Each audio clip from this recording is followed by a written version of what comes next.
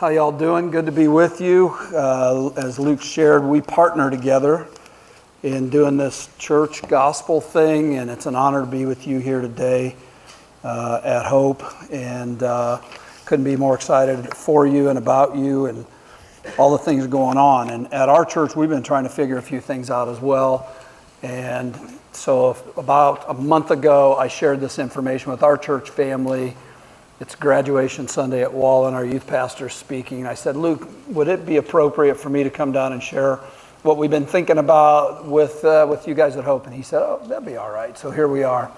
At Wallen, we've been going through, I'm going to lose my Bible there. We've been going through a little, as some of you know, at least for the last 10 years, we shuttle people back and forth because we don't have enough parking for everybody. So we run out of parking, we've run out of classroom space on Wednesday night. We have more kids than we have room, and it's just really an interesting thing. So last November, we sat down with all the leaders, staff, elders, and deacons and said, what should we do about this?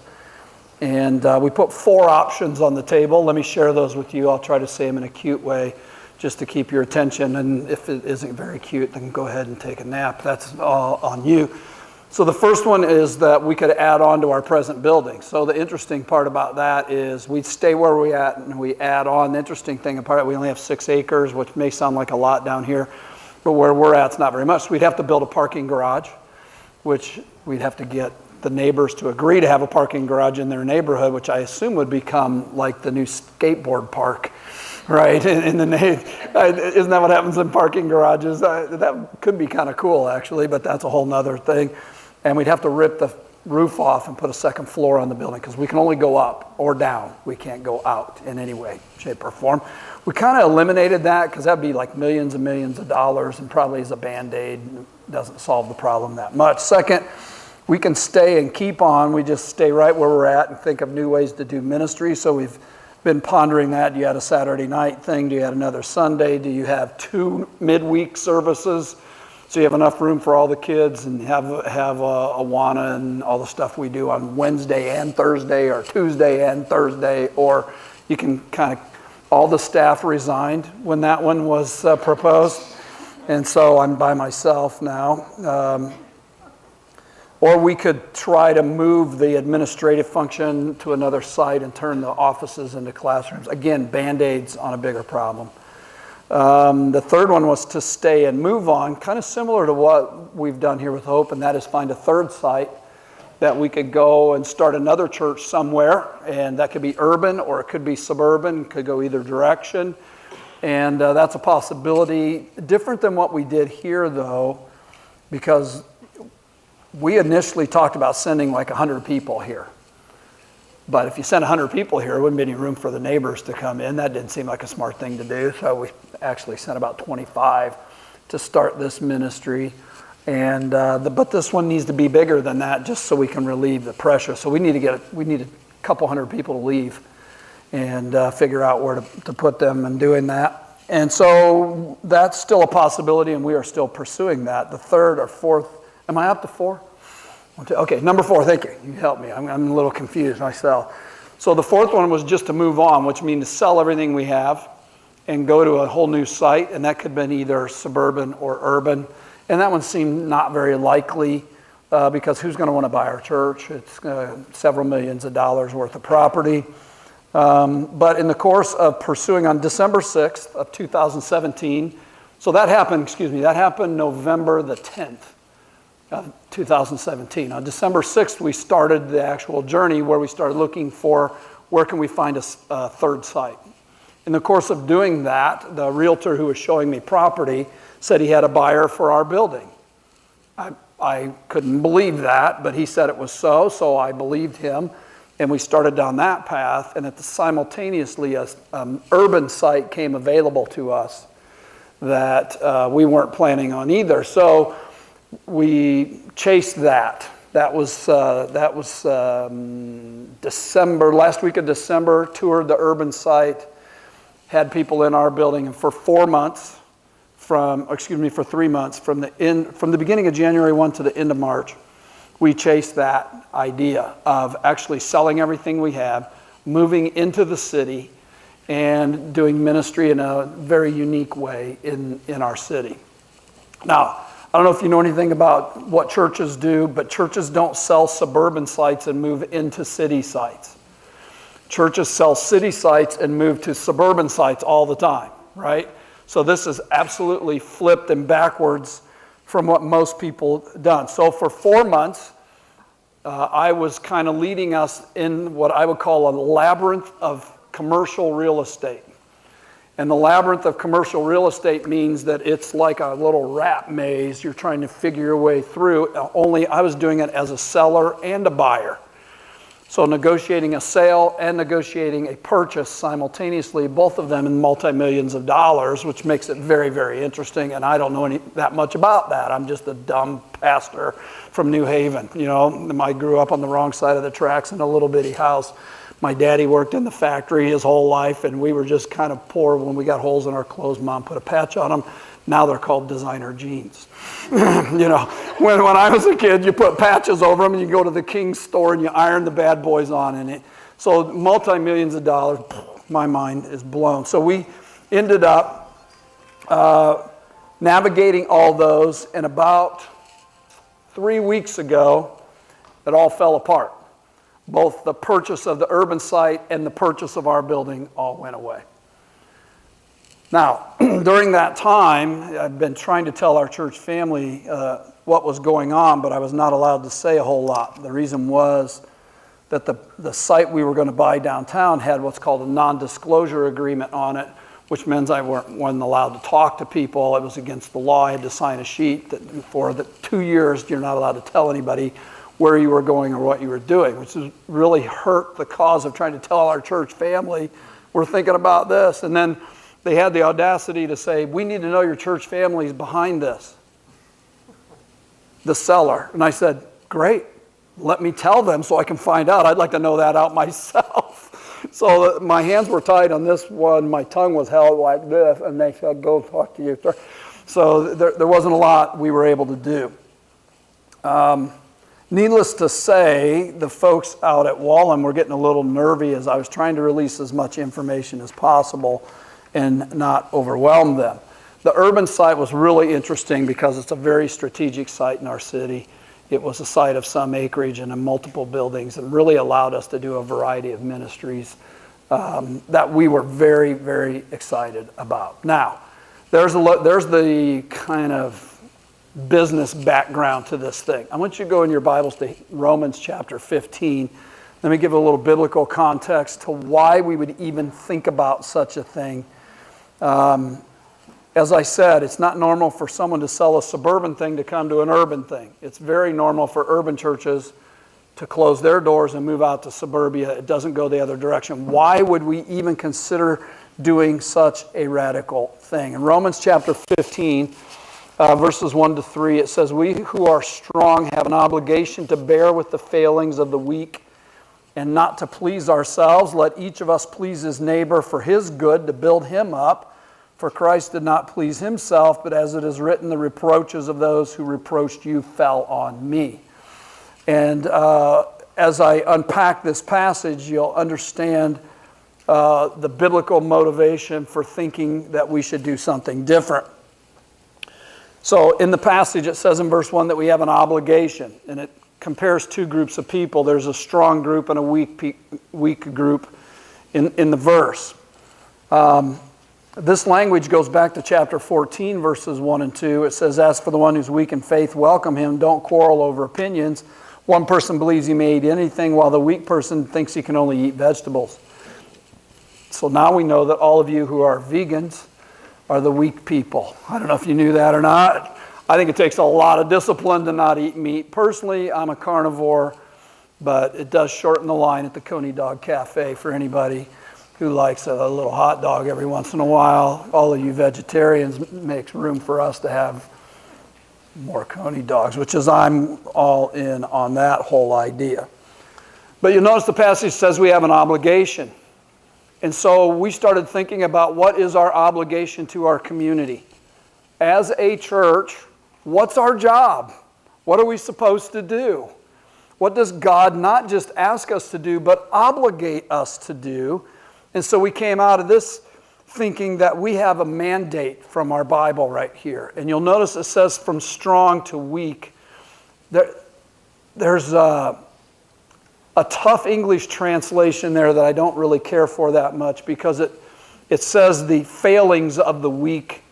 What it really means is the weakness of the powerless. And so those who have power should go to those who do not have power and bring opportunity to those who are without power. That makes sense, doesn't it?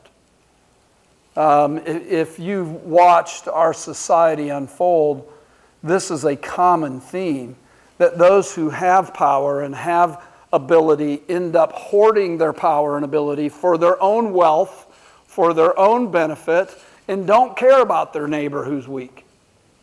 Or better yet, powerless. Because the way it's translated here almost makes it sound like those who are weak are deficient, they have failings. I don't believe that. I just think what the passage means that there are weaknesses with not having power, position, money, and so on. So those who have power, those who are strong, should go to those who are weak. That is our obligation. It's not an option.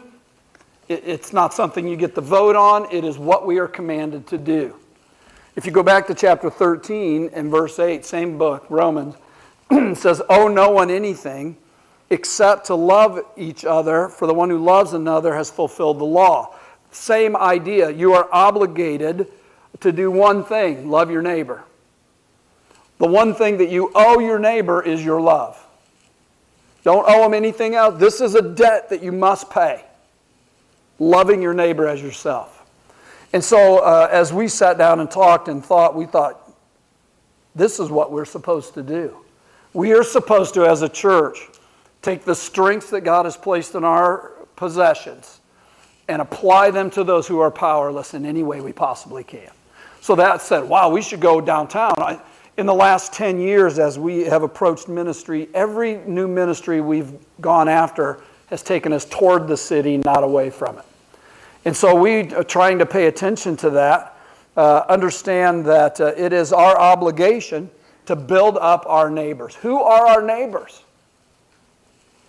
Be careful of asking that question, by the way. The one guy who decided to ask that question before Jesus said you should love your neighbor as yourself. He goes, well, who's my neighbor? And his whole point was, if I can define my neighbor the way I want to define them, I can just love the people in suburbia on the cul-de-sacs, right? And then Jesus told the story of the Good Samaritan in Luke chapter 10. In answer to the question, who's my neighbor? Good Samaritan. You know, at the end of it, he never answered the question. He asked his own question. Are you a neighbor? Not who's my neighbor. Tell me who my neighbor is and I'll love them. Forget that. Are you a neighbor or not? That's where we have to end up. So again, as we look in the mirror and think about ourselves, we say, wow, this is what we are supposed to do. Now, how are we going to do that?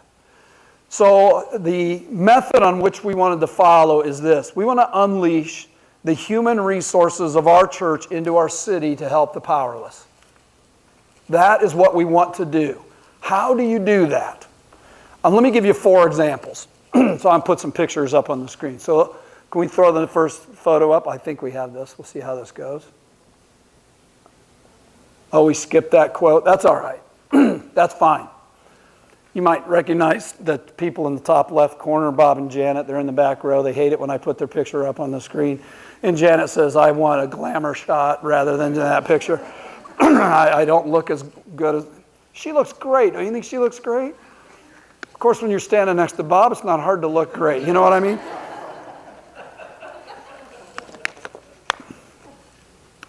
Just kidding, Bob. Bob and Janet, how many years ago was this, you guys, when you started doing Burmese refugee stuff? 2008. So 10 years ago, Bob and Janet started our church on a journey where they said, we should care more about the refugees in our city. Why are we hoarding everything for ourselves? I don't know how many times I've been in meetings with Bob says, why are we spending everything on ourselves? Well, we should get the idea. And through Bob and Janet, we started reaching out to refugees in our city. Marjorie Culbertson is now deceased, and Marjorie was part of our church as well, and was she like assistant director of the International House? She worked with one of the classes, but she was... Her sister runs the place, Brenda. And Marjorie specifically got engaged with Muslims and said, I'm going to love Muslims in the name of Christ. Bob and Janet, we're going to love Burmese in the name of Christ. I did Marjorie's funeral, and one of the most fascinating things was to see the Muslims show up in their Muslim dress. And then we had an open mic, and they stood up and took the microphone and said, this lady loved us. That's pretty cool. Now, I don't know about you. I don't know if any Muslims are showing up to my funeral to say how much I love them. But through Bob and Janet and through Marjorie, we were challenged to say, we need to expand how we view ministry in our city. Let's go help the powerless. Is anybody more powerless than a refugee? They don't know the language. They don't know the traffic laws. They don't know what a stop sign means, especially those coming from Myanmar. I was just in Myanmar. They don't know what a stop sign means. They just drive out, and whoever gets there first goes, and everybody runs into each other, and they're yelling at each other all the time. And it's just nuts in Asia if you ever drive. And so we followed the heart of Bob and Janet and Marjorie, and our church looked like we really cared about people who were hurt. Do you know why? Because we did. Not everybody did, but Bob and Janet are our church. Marjorie is Wallen. Get the idea? And so as they unleashed their hearts, our church engaged refugees. Let's go to the next one, if you would. That in turn caused us to hire this man on the left, Kam Mung. This is his wife, Nan. No, that's his mother. And only 2 of the 3 babies that he now has. And Mung was a pastor on our staff. Again, a great deal. Bob and Janet led us down that. And we bought him a van and said, go love on Burmese people. And if they'll come to church, bring them to church. And he started doing that. So Mung started ministering and would still be here to this day if the U.S. government had not. We fought him for a year. They would not renew his visa, and he was sent back to his homeland in Myanmar. And then that worked out pretty good for him because he's been home 5 years, I believe. He has a wife and 3 children. So he's been active there in Myanmar, helping the population grow, because there aren't any people, there are millions of people everywhere. Next slide, please. These 2 couples, this is Dana and Kim Plattner up in the top left. Below, Nate and Shanna Connor. You see Nate and Shanna and their 3 boys, all adopted. Nate and Shanna are not able to have children biologically. And so they started adopting children. And these 2 couples came, knocked on my door and said, what are we doing for orphans and kids in need in our city? I go, we think about them, and then we do Awana. And so through these 2 couples was born in Fort Wayne, Indiana, a ministry called Safe Families to Children. Bonnie Doolittle, who must have heard I was going to be here and didn't show up, now leads that. He's a part of your church here at Hope. Her and Scott run that program now. And in 5 years, Safe Families has been in Fort Wayne for 5 years. Over 450 children have been placed. At-risk kids have been placed in homes where they're safe. 93% of those kids go back to their families. It's really a cool thing. Safe Families is privatized foster care that we give away for free. We don't charge them 1 nickel for the foster care. And we help the parents get through whatever crisis they're in. Just, I don't know if you raise kids or not, but they're energy absorbing. And then we give their kids back to them. And if they need help again, we take their kids. It could be as short as a weekend. It could be as long as a year. And we have families all over. Now we have about 15 churches in our community helping us do this because we can't keep up. And here again, this drew us to a group of people who were powerless. Most of them single moms. Most of them with very little economic help. Most of them from broken families. And we just said, could we help you with the strength that we have? And we did that. Next one, please. The bottom left of this screen is Irick and Tamara Headley and their two sons, Maxwell and Braxton. Braxton will be president someday. I just thought I'd tell you, actually, I asked Braxton last year if he would run for president because he was better than both candidates that were on the actual screen. It wasn't close. Braxton is, well, anyhow, I don't want to go on and on about Braxton. Irick and Tamara, as you can see, are African American. They walked into our little church about 4 years ago. And as a minority family, they walk into a mostly white suburban church. And I didn't realize at the time how much courage that takes. I didn't understand how scary that was for them. I do now, but I didn't then. And Irick and Tamara said, what we believe is more important than just being with people of the same color. And their faith caused them to come to our church. They also moved in down the street, which was beautiful. And through Irick, who works for the mayor of Fort Wayne and runs a thing called Fort Wayne United, he started to introduce us to the issues of minorities in United States in general, Fort Wayne specifically. I got Nikki up in the right-hand corner. She attends Wallen. The picture with me and all the guys, Orlando and Sean and Reggie and Mike and Dominique, come to our church from time to time. And all of a sudden, we started learning about our African-American neighbors. And we started being challenged to think outside the box of who are we and who is our neighbor. And I don't have the picture, but shortly after this, a young lady from Concordia High School was murdered. Her name was Alana Allison. Do you guys remember Alana being shot and killed in Village Woods? She was at a birthday party. And I got to meet her father, Leroy, and her stepmom, Afrika, and just started talking with them. And I realized that I'd been a pastor for almost 30 years in Fort Wayne and had never grieved with homicide victims' families and never really cared. I'm not saying I was heartless. I'm just saying I didn't apply the heart that I said I had. And so we started to care. First, we had to go and ask forgiveness for being around so long and doing nothing. And then we just started a journey of learning about race. And that journey's been 2.5 years long now, maybe close into 3. Luke's part of it with me and a bunch of other people. And we've had a dialogue at race on race at our church for almost 2 years. And now we have 4 other churches are now joining us in that. We're helping them start the dialogue in their churches. The chapel has started, Blackhawk has started, and actually African American Church New Covenant, which is on Paulding Road, has started as well. And we're all working together to come to an understanding that we all should have had to begin with. And you notice the people are black in skin. Do you know what color their blood is? It's really red.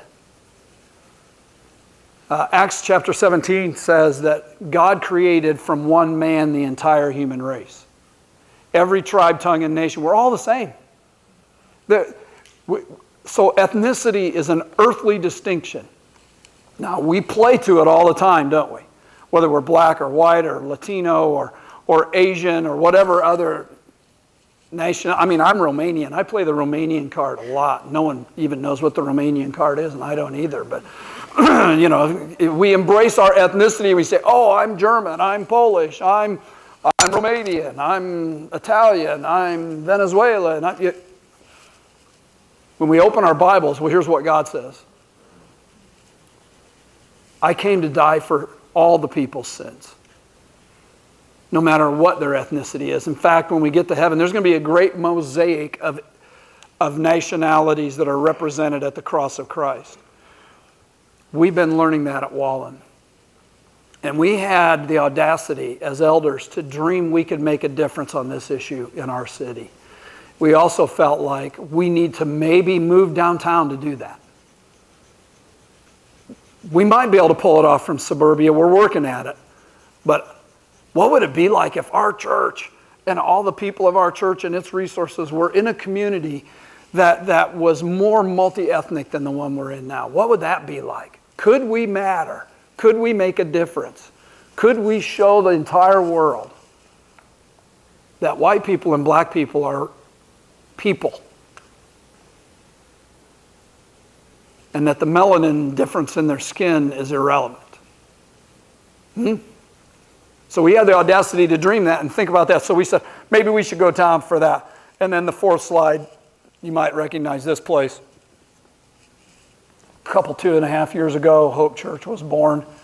And it has been a delight in every way for us to be partners with you guys here. And Bruce and Tammy are in the middle. They got married. And Wayne and Mary are up there. Is it Wayne? Warren, excuse me. I knew it when it came out of my mouth, it sounded wrong. And every week you guys are down here plugging away, trying to help the kids in the neighborhood, working with the folks who are struggling with addictions on Friday nights. And your existence caused us to say, wow, that is cool. They're having all the fun. We're stuck out here in suburbia. Maybe we should go in town too and join that effort. So that's our method. It isn't real fancy. It's to take the human resources that God has put in our church and unleash them in every way. Kind of like, you guys like poetry? One of you does. Let me read a little poem. It's an old one.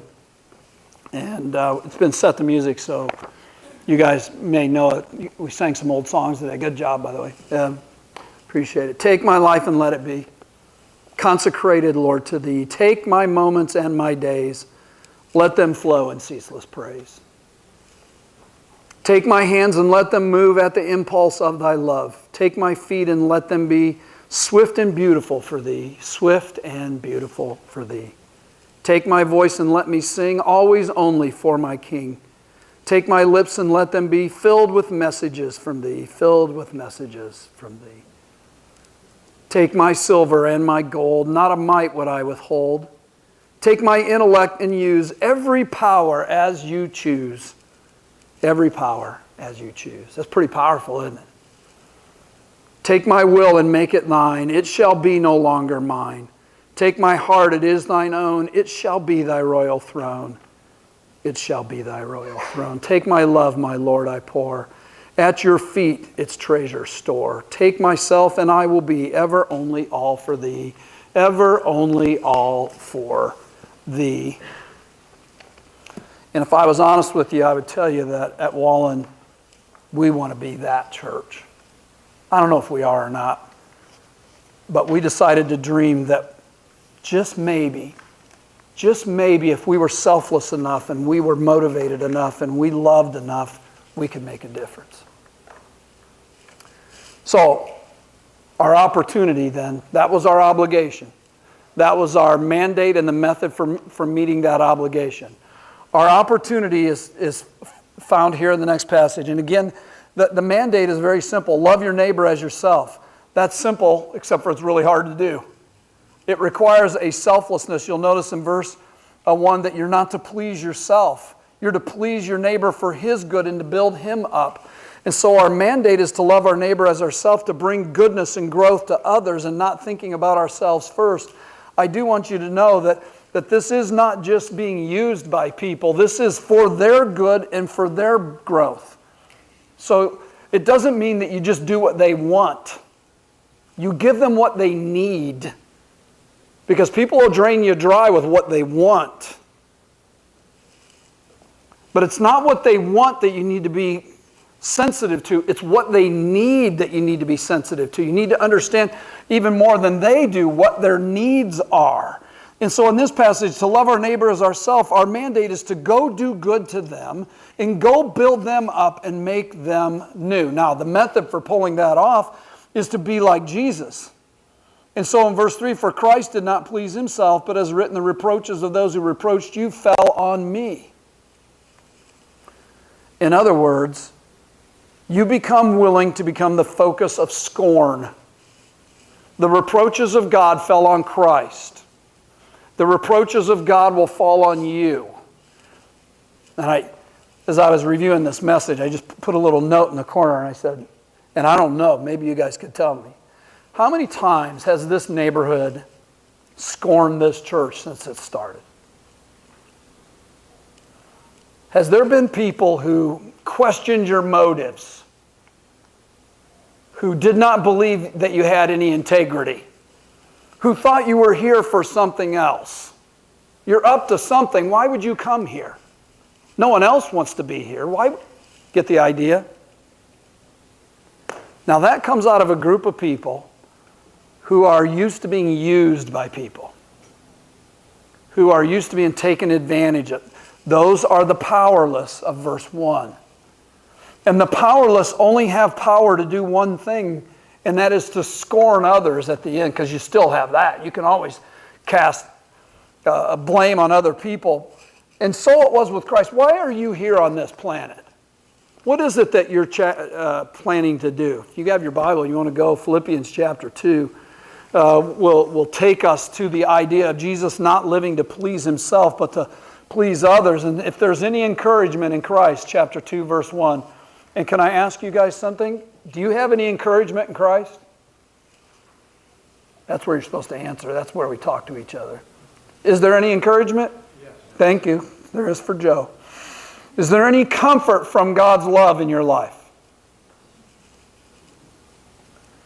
Not much, just a little bit, I guess. Any participation in the Spirit? Has God's Spirit ever worked in your life? Have you participated in the Spirit of God ever? Yes. Okay, we got a yes. Any affection and sympathy in your life? Yes. Verse 2, so that if those things are true, so Paul writes this, if this is true, this is true, this is true, this is true, then make my joy complete by being of the same mind, having the same love, being full of in full accord with one mind. Do nothing of selfish ambition or conceit, but in humility count others more significant than yourselves. Let each of you not to look to his own interest, but to the interests of others. Have this mind in yourselves, which is in Christ Jesus, who, although he was in the form of God, did not count equality with God something to be grasped. So if there's any encouragement, if there's any comfort, if there's any love, if you've ever participated in the Spirit, have any affection, sympathy, be like Jesus. So the method for doing this is to open your heart up and to please your neighbor for their good and for their growth because of what Christ has done in you.